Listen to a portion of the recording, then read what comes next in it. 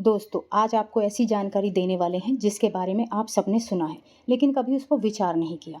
आपने सुना है कि हिंदी का जन्म संस्कृत भाषा से हुआ है, पर महत्वपूर्ण प्रश्न यह है कि संस्कृत से लेकर आज आधुनिक हिंदी तक का सफ़र इस भाषा ने कैसे तय किया और संस्कृत भाषा कहाँ से आई। तो आपको बता दें, भारत में प्रमुख रूप से दो भाषा परिवार हैं। एक आर्य भाषा परिवार, दूसरा द्रविड़ भाषा परिवार। उत्तर भारत में आर्य भाषा परिवार की भाषाओं का प्रयोग होता है, जबकि दक्षिण भारत में द्रविड़ भाषा परिवार की भाषाओं का। उत्तर भारत की आर्य भाषाओं में संस्कृत भाषा सबसे प्राचीन है, जिसे देव भाषा और आर्य भाषा भी कहा गया है। और आज जिस हिंदी में हम व्यवहार करते हैं, अपनी भावनाओं को व्यक्त करते हैं, आज के अपने रूप तक यह एक रात में नहीं पहुंची। इसे यहाँ तक पहुंचने में कई पड़ावों से गुजरना पड़ा है। इसका पहला पड़ाव यही संस्कृत भाषा है, जिसे भारतीय भाषाओं के विकास का सबसे प्राचीन और महत्वपूर्ण चरण कहा गया है। इस भाषा को दो भागों में बांटा जाता है।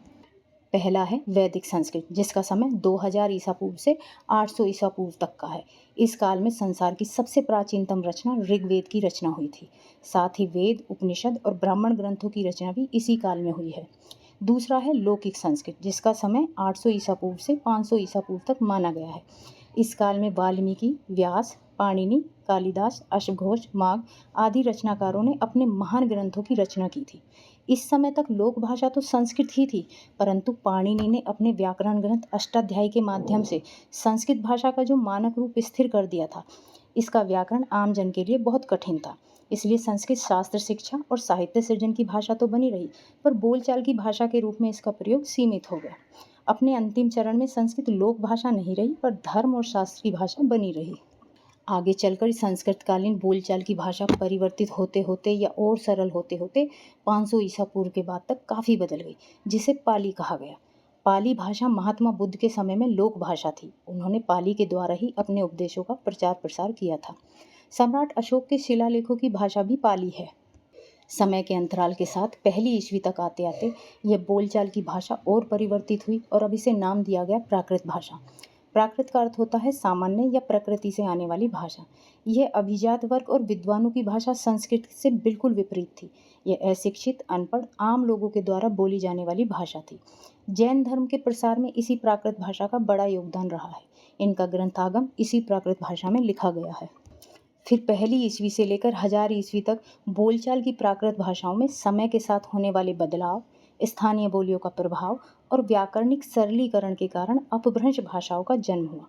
अपभ्रंश के विभिन्न क्षेत्रीय रूपों से ही आधुनिक आर्य भाषाएं अस्तित्व में आईं, जैसे सौर सैनी से पश्चिमी हिंदी, राजस्थानी, पहाड़ी, गुजराती, पैशाची से लहंदा, पंजाबी, ब्राचट से सिंधी, महाराष्ट्री से मराठी, अर्धमागधी से पूर्वी हिंदी, मागधी से बिहारी, बंगला, उड़िया, असमिया। हिंदी भाषा का उद्भव अपभ्रंश के अर्धमागधी, सौर सैनी और मागधी रूपों से हुआ है।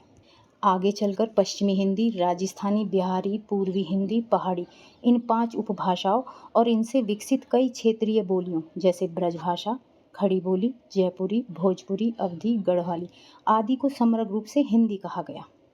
तो संस्कृत से लेकर आधुनिक हिंदी तक का सफ़र इस भाषा ने इन पड़ावों से गुजरकर पूरा किया: संस्कृत, पाली, प्राकृत, अपभ्रंश, हिंदी। कालांतर में यह अधिक विकसित और परिनिष्ठित होकर मानक हिंदी भाषा के रूप में सामने आई। आज हिंदी भारत की राजभाषा है और इसे विश्व भर में जाना और समझा जाता है। हिंदी का विकास आज भी जारी है। यह नई तकनीकों और वैश्वीकरण के प्रभाव से लगातार बदल रही है।